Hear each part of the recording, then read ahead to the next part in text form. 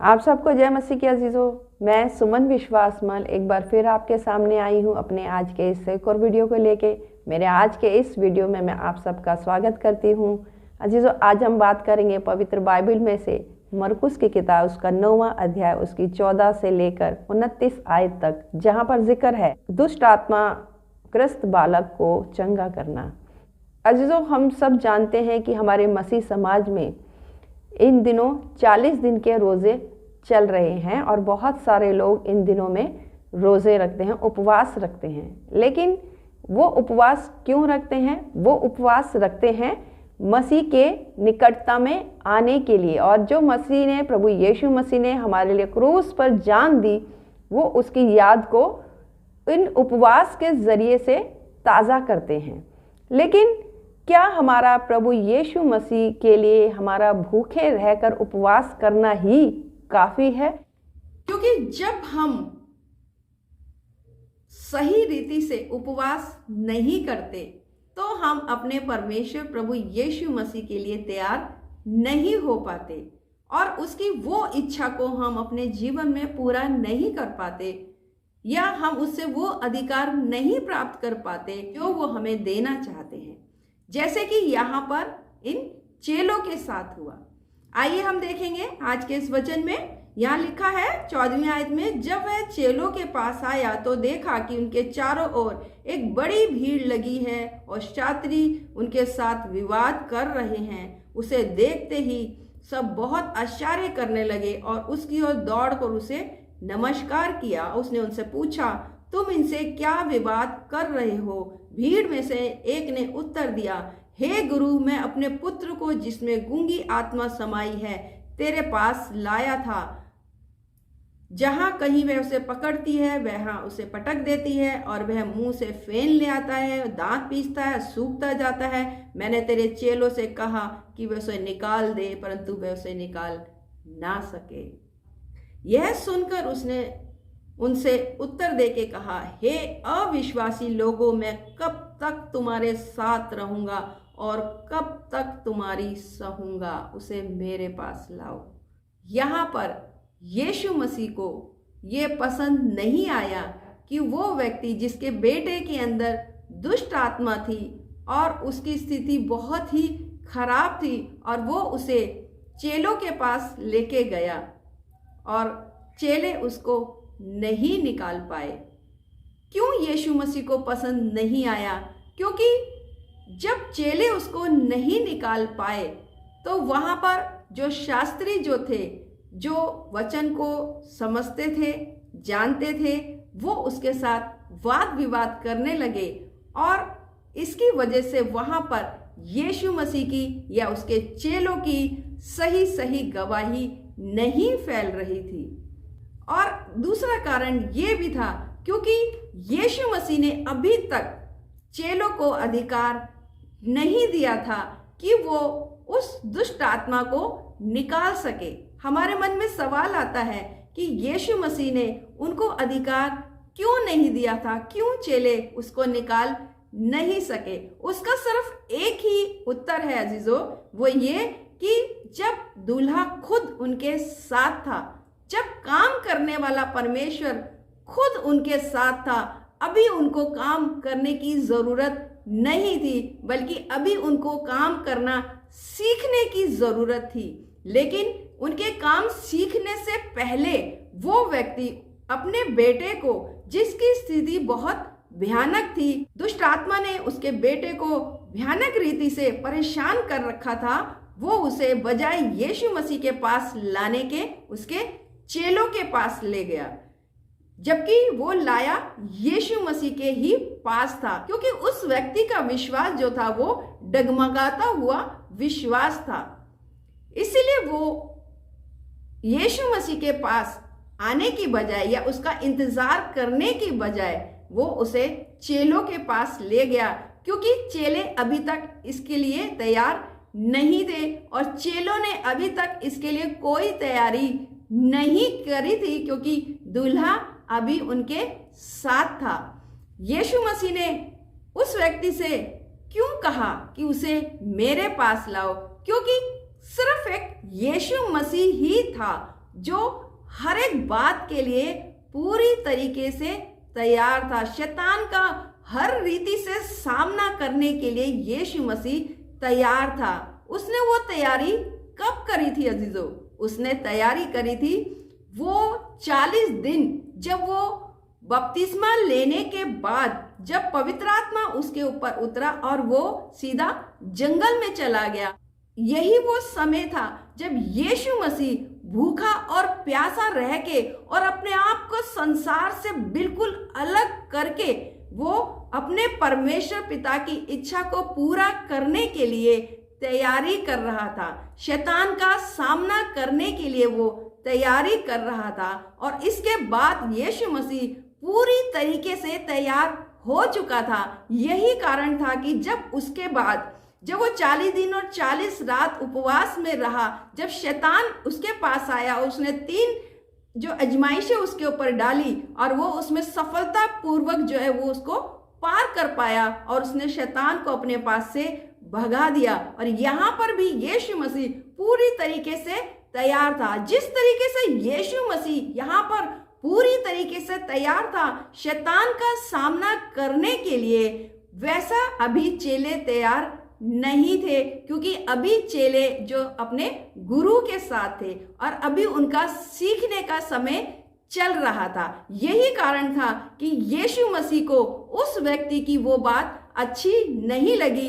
उस व्यक्ति की वजह से शास्त्री और बड़ी भीड़ उसके चेलों के साथ विवाद कर रही थी और उसकी गवाही वहां पर सही सही नहीं फैल रही थी। यही कारण है अजीजों कि आज यीशु मसीह आपसे, मुझसे, तमाम लोगों से जो यीशु मसीह से प्रेम करते हैं, चाहते हैं कि हम पूरी तरीके से परमेश्वर के लिए तैयार हो जाएं ताकि हम शैतान की हर युक्ति का सामना कर सके, जैसे कि यीशु मसीह पूरी तरीके से तैयार था। यहाँ देखेंगे तब उसने क्या कहा।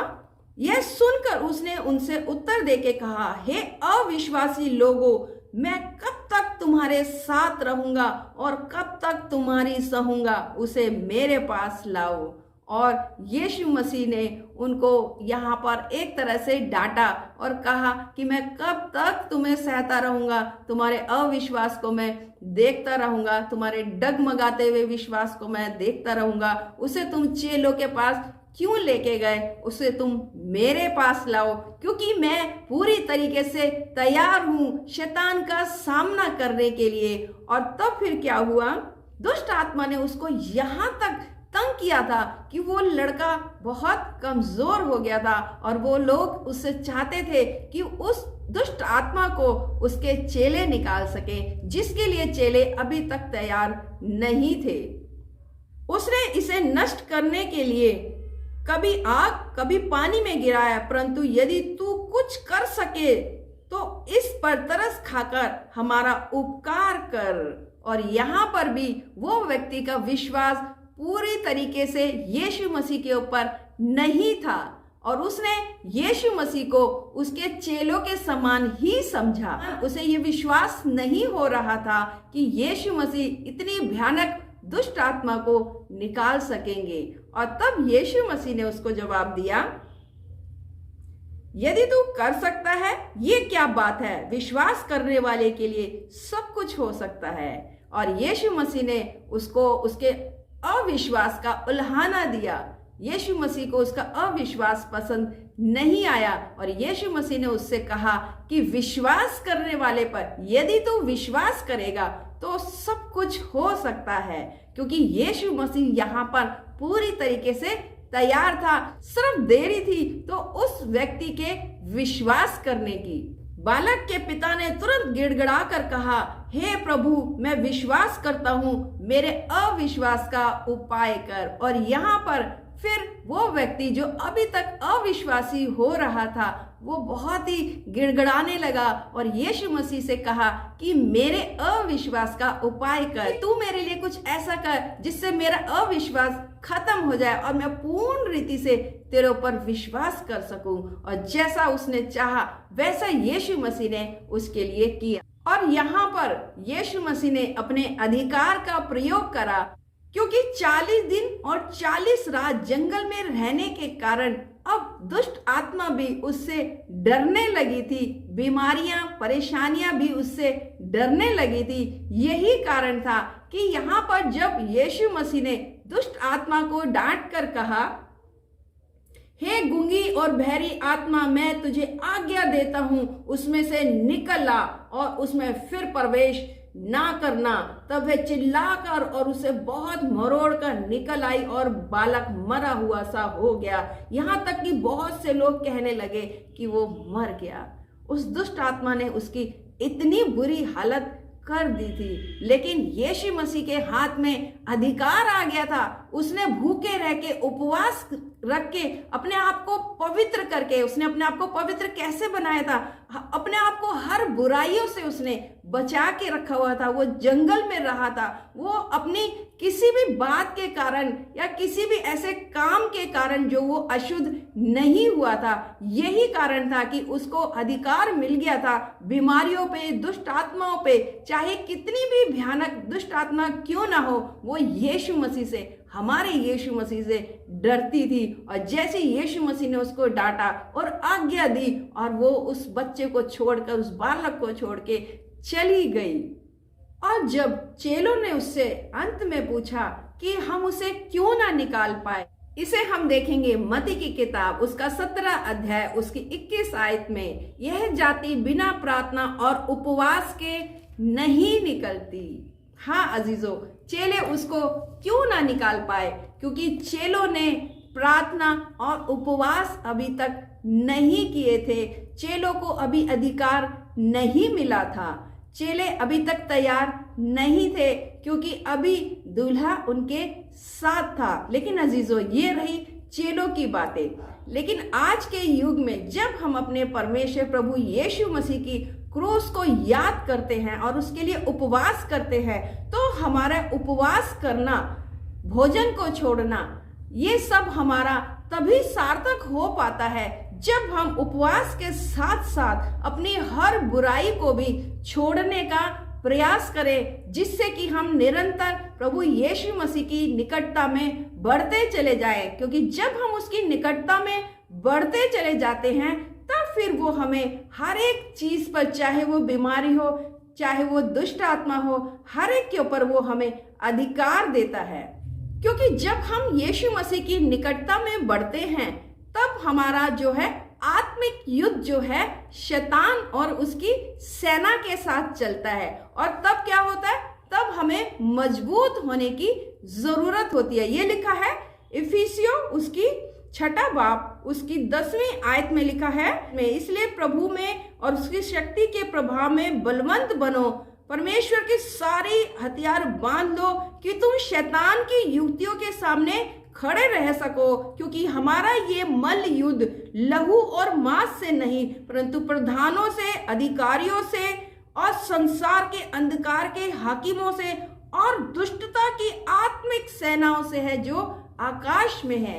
हाँ अजीजों, यदि हम परमेश्वर की नजदीकी में बढ़ना चाहते हैं और अनदेखी शैतान की युक्तियों, शैतान की शक्तियों, बीमारियों, दुष्ट आत्माओं, इन सब के ऊपर अगर हम विजय पाना चाहते हैं, तो हमें चाहिए कि हम अपने यीशु मसीह की निकटता में बढ़े। उपवास के साथ जब हम प्रार्थना करते हैं, तो उसके साथ ही साथ हमें संसार की हर बुराई को, हर गंदी आदतों को, हर बुरी जो अपने मुंह से बातें निकालते हैं, उन सब को हमें छोड़ना पड़ेगा।